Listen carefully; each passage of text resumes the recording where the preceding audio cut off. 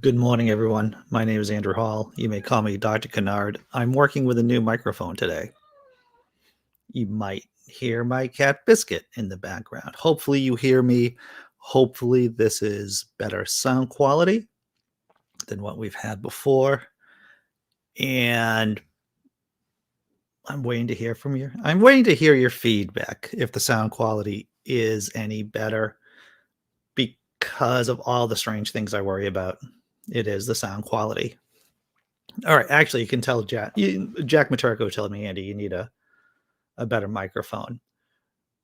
So that's a booming mic. It sounds great. Thank you, Sean. I do appreciate that. All right, so let's get into business. Let's get down to business. One, I hope you all had a good holiday. My holiday went well, by the way. I got my test results back about COVID-19. I am negative. You probably already know that I'm negative person, right? But I'm negative for COVID. That means I get to go back to work today. Yay, right? That's great.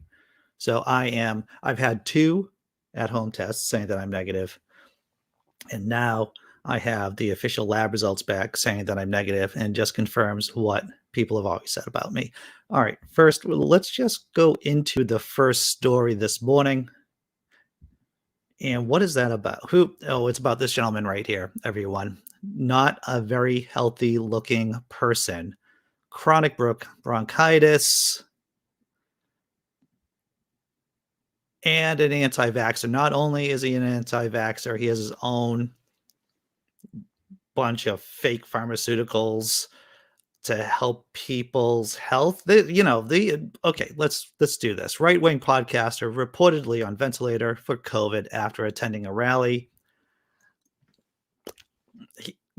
A podcaster who opposed the COVID-19 vaccine contracted the disease and was on a ventilator Saturday after he attended the right-wing Reawaken America event in Dallas early this month, according to his podcast network and conspiracy theorist attorney Lynn Wood.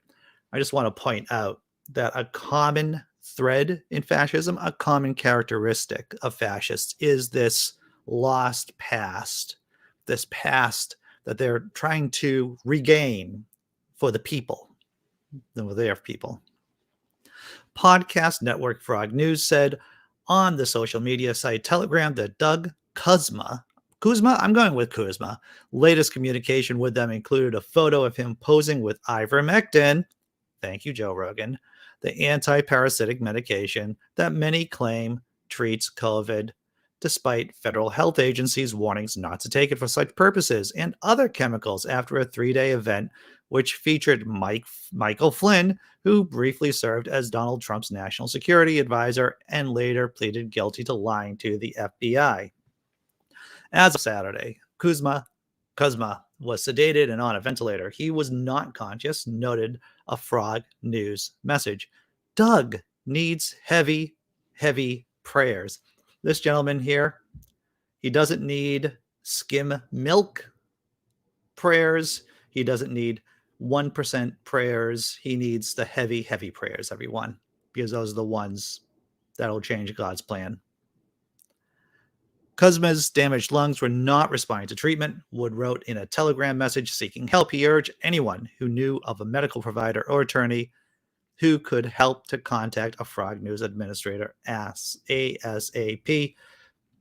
So how bad is Mr. Doug Kuzma? He's an anti-vaxxer, an anti-masker, a podcaster. He's part of the system. He's a QAnon supporter, of course. And let's take a look at some of his social media postings and for us to understand what kind of man he is. Let's see. December 3rd, Doug Kuzma, the Omicron variant, reportedly has mild symptoms like soreness and exhaustion, the same thing you'd feel like a hard day's work. No wonder liberals are terrified of it. Oh, owning the libs, sir. Doing a good job. Perfect. So here's the man who refuses to get the vaccine, anti-masker, and one of the And he's a poster child for who is going to get sick and who is going to die from COVID. For over 30 years, I've suffered from bronchitis, which can happen as the seasons change. Prednisone does well for me if I catch the bronchitis early. I took the prednisone this morning. It already has cut my cough and down over half.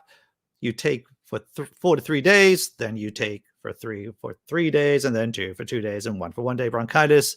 It does have very similar symptoms as something else we know. So at first he thought it was bronchitis. Who would have thought he would catch COVID after going to an anti-maxer, anti-vaxxer, pro-MAGA Republican event? Oh, so you want to talk about denial. You want to talk about the resistance of these people who've been just brainwashed. I mean, it's obvious that Doug has been brainwashed, and he is happy with brainwashing others. And he's not fake. There are some people who are a part of this movement, who are part of the anti-masker, anti-vaxxer movement, who are just there to get the votes, looking at you, Donald J. Trump, Marjorie Taylor Greene. And then there are people who are the true believers. And that's who this guy is. You want to see denial. You want to see someone who is totally committed to anti-science. This is it. This is a message between Doug and one of his supporters. You better get a COVID test to be sure, Doug. Doug's like, no way, Brian. I don't see why not. Better safe than sorry. And Doug says, you must have lost your mind so they can kill me and try to give me the jab. There's no way, bro. I'll die at the house before I go to the hospital. Apparently that's not true because he's in the hospital on a ventilator. But I believe it got pretty hairy for Doug before he got sent to the hospital. But that's just the level of commitment this man has. This amount of delusion this man has about the vaccines. Checking out the chat. I hope everyone's doing well. Dee Parks, yeah, Dee. Yeah, I feel you. Prednisone is a heavy steroid. That's right. And the man had bronchitis. The man has bronchitis. What's amazing is that he hasn't gotten COVID before now. Big zebra. His lungs will fly up straight to heaven. Jessi Bear, good to see you this morning, Jessi Bear. Yeah, except that when you finish the prednisone after COVID, you still feel like crap via my personal anecdote. Yes, indeed. Ventilators for Jesus. You know, bigzebra.com, you always have an interesting angle to this story, one which people might be able to make money. Why aren't there ventilators blessed, giving heavenly anointings by priests and ministers? You know, that might be a way to get the vaccine hesitant people into the hospital, saying that, hey, we have ventilators blessed by whatever denomination you belong to. And also vaccines blessed by whatever denomination you want. That might make sense. That might work. What's up, Vesta? Glad to see that you're here. That's right. Well, you know, Sean, we've seen this time and time again. There's a lot of people who talk the talk, but when it comes to being at death's door, they realize, oh, wait, maybe it's time to get real medical attention and not take ivermectin, real medical attention and not just amp up the levels of vitamin C and vitamin D that they're taking. All right, just checking out. Tobin, good morning. Robert X, I see Robert X is here. Church of Heretics, Jimmy Lou. I hope you all had a good Christmas or holiday or whatever you celebrated. I hope you did. The girlfriend is feeling good. She is going to be out of quarantine officially tomorrow. So we can actually be in the same room together for extended periods of time without masks. So this is positive. All right. You want to do the next story? We should do the next story. Let's see. What do we got? We got Alex Jones. 2 kids doing racist stuff. I'm going to go with the two racists, to tell you the truth. Is this from Texas? Yes, it is. These two kids, if you looked at the notes, because all the links to the stories are in the description below, I don't even know what's going on with this kid's hair to the left. I don't even know. It's some kind of weird mullet. But if you haven't guessed what these two kids did, it's pretty horrible. It's pretty horrible. Two high school football players who dressed as Klansmen for Halloween, indicted after allegedly terrorizing a black schoolmate with a taser. There is footage of this. I don't have it to show you here, but there is ample evidence because they had a girl record it on her phone. Two students who allegedly dressed as KKK members for Halloween have been indicted on charges of an assault on a black teen in Woodsboro, Texas. If found guilty of the crimes, both of the 17-year-olds could face up to 10 years in prison. According to KRS 6 News, I'm going to butcher this name, Refugio County Grand Jury indicted Noel Garcia Jr., who is Hispanic, and Rance Balkick, who is white, on Thursday, December 16th, with 2 third-degree felony charges, engaging in organized criminal activity and tampering with evidence after authorities say they attacked a 16-year-old black boy with a stun gun on October 31st and later burned the costumes they were wearing during the assault. The boys, both football players at Woodsboro High, in the southeast Texas town, dressed as Klan members when they terrorized the victim with the electroshock weapon, authorities say.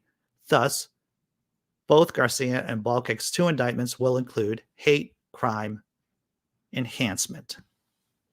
Another person, a teenage girl, was mentioned in the indictment as an accomplice. She is said to have recorded the incident from a cell phone camera and assisted the teens in burning the clothing. However, she has not been charged.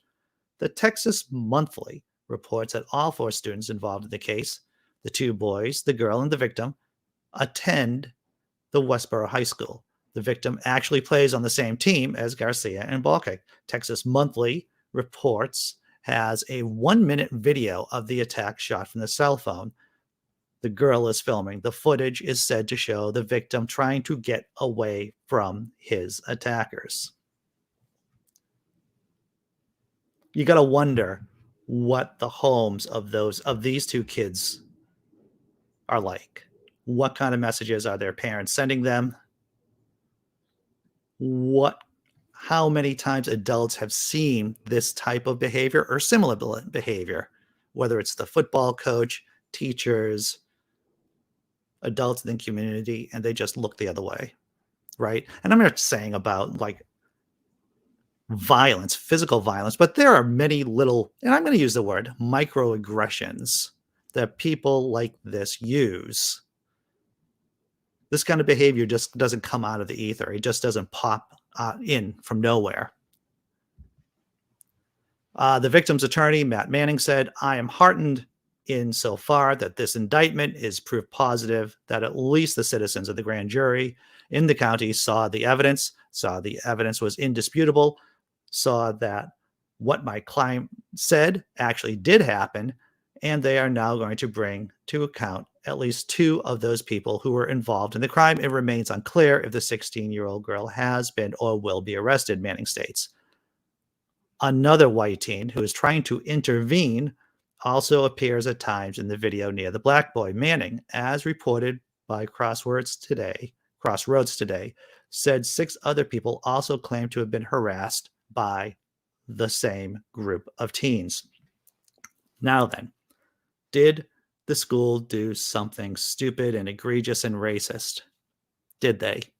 Yes, because even after I'm gonna let the words do the talking from the article, everyone. Manning has criticized the school for their off-campus position, calling them out for allowing the 2 boys to participate in a football game a week after the assault. I'm going to say it again for those of you in the cheap seats in the back who may not have heard this, or you're saying, That's wrong. Manning, the lawyer for the victim, has criticized the school for their off-campus position, calling them out for allowing the two boys to participate in a football game a week after the assault. In a press conference in November, Manning called the two students' actions heinous, inexcusable, and disgusting. Both of the boys, 17-year-olds, are now sitting in jail with a $10,000 bond. I just cut to the end of the story, everyone. So the school, despite all the accusations, decided, hey, let's have the kids play football. We don't want to lose a game, do we? Of course not. That would be wrong. Going to check out with a lot of comments. Checking out the chat, everyone. There are no cheap seats here? That's good. That's good. Hey, black female atheist. Good morning. The parents need to run a comb through their hair. Indeed. Big zebra. Yes, big zebra. That's hate crime enhancement in Texas. I do love how racists, a-holes, are often very stupid and make the case for their prosecution. If there's one theme, well, there's many themes to the show, but that Nazis, racists, fascists are not the smartest people by and large.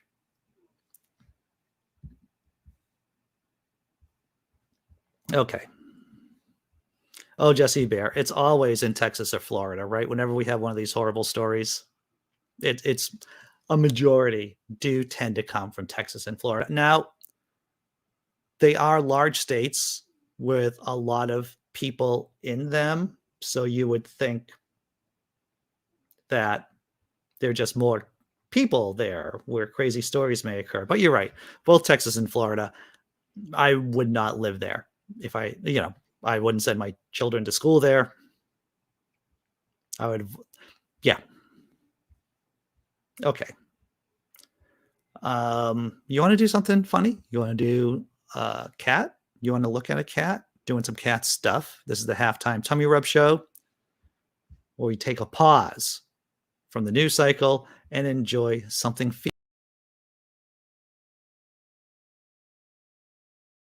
If you're not happy single, you won't be happy married.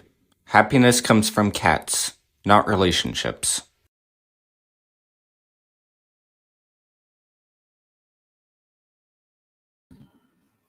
I will say a lot of my happiness has come from my cat, especially since I've been quarantining from the girlfriend for the last, week? Over a week. Biscuit has been my constant companion. She's over there sleeping on the bed right now. We got Biscuit a few cat toys. We got a laser pointer. Cat loves the laser, the little laser toy. She loves it, everyone. All right, checking out the chat one more time before we go to what? An Alex Jones story? It's an Alex Jones story, but it's not really an Alex Jones story. It's about his wife and how the cops had to be called and how someone got arrested. But before I get into the Alex Jones story, before I get into the story about Mrs. Alex Jones, I just want to say, hey, thanks, patrons, YouTube members. There's no ads. I can put ads on if I want to. I just choose not to because I don't want you to be subjected to crappy ads like for Amazon propaganda about how well they, treat their workers, which is just corporate BS, to tell you the truth. I'll tell you this freaking story. I was at Whole Foods the other day to pick up some food for the holiday, and I was just there in line, just observing the workers. And I said, I should just carry a little card with me, or cards, series of cards, like, personal cards. Just say unionize, unionize, unionize, and just pass them out at Starbucks. I support you unionizing. Unions are strength. Unionize. Little personal cards, like instead of my name on it, it would just be pro-union messages, and just drop them off at Whole Foods and just drop them off at Starbucks. That's what my insight was over the weekend. It's like I should have little cards made up pro-union cards I could just drop off at those places. All right. Alex Jones. Who would have thought that Alex Jones might have a chaotic home?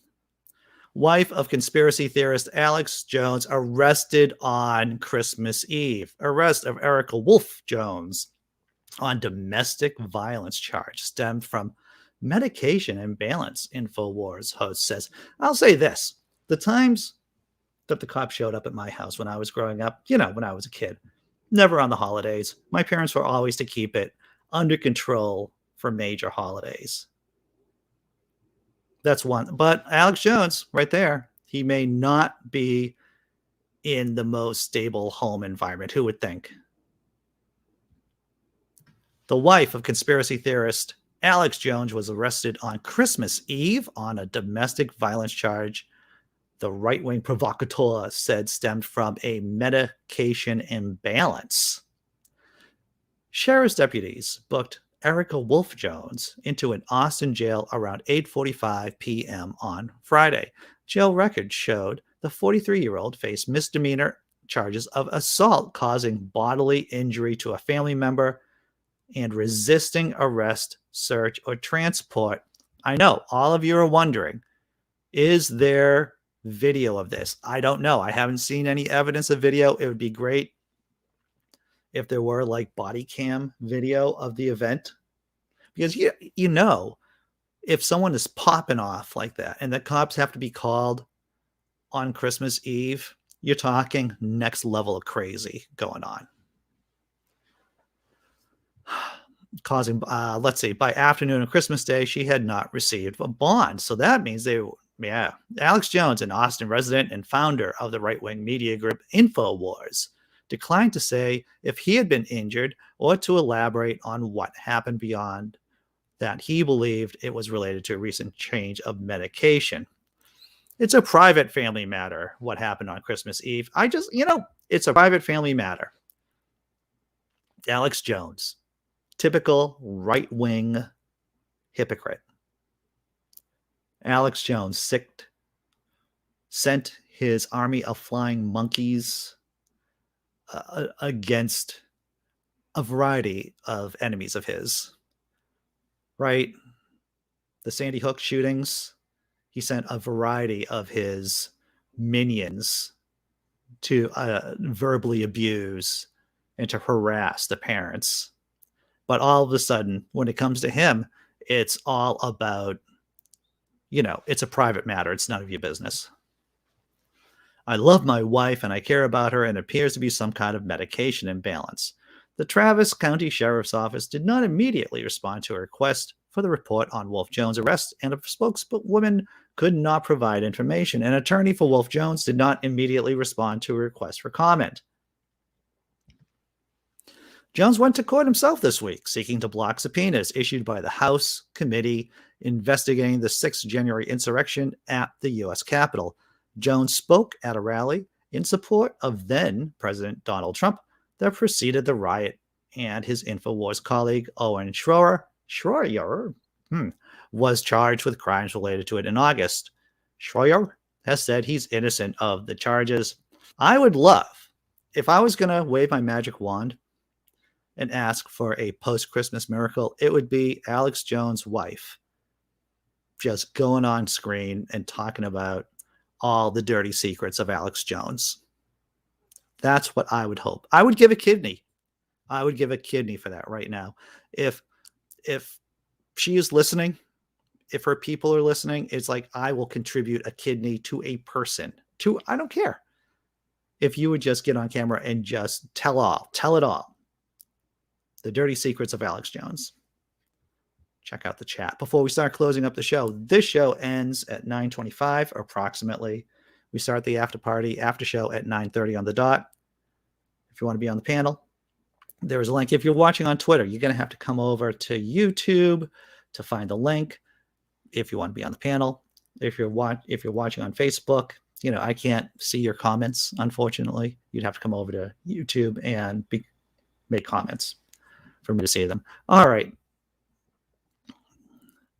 Is it medicine or some of his snake oil? Maybe she just got tired. of being near Alex Jones. Maybe she just got tired of being around that guy. I've actually met Alex Jones. He is intense. Yes, I've seen interviews. I've seen interviews with Alex Jones, like extended Joe Rogan interviews with the man. And you get the impression, okay, I can't go on because we're already running late today, everyone. We're running late. Good job. Good point, Big Zebra. Maybe his wife never existed. It's a false flag operation. And thank you, John Hudson, for asking people to like, subscribe, and share, because I'm really bad at reminding people or asking people to do those things. All right, I'm going to do another cat video, and then we'll shut down the show for real.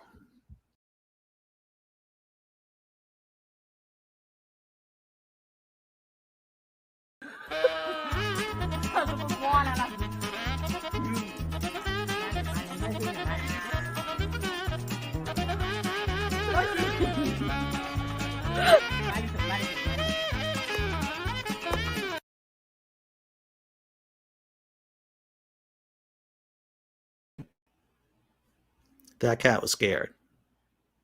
Love the soundtrack, by the way. All right. Thank you, patrons. Thank you, YouTube members. Thank you, those who throw. I'm looking at you, John Hudson. Those who have thrown some shekels at me on Venmo, PayPal, Dee also. I'm looking at you. Thank you. Here's the thank you video. I'm going to see you at 9:30 to do the after party after show. Take care, everyone.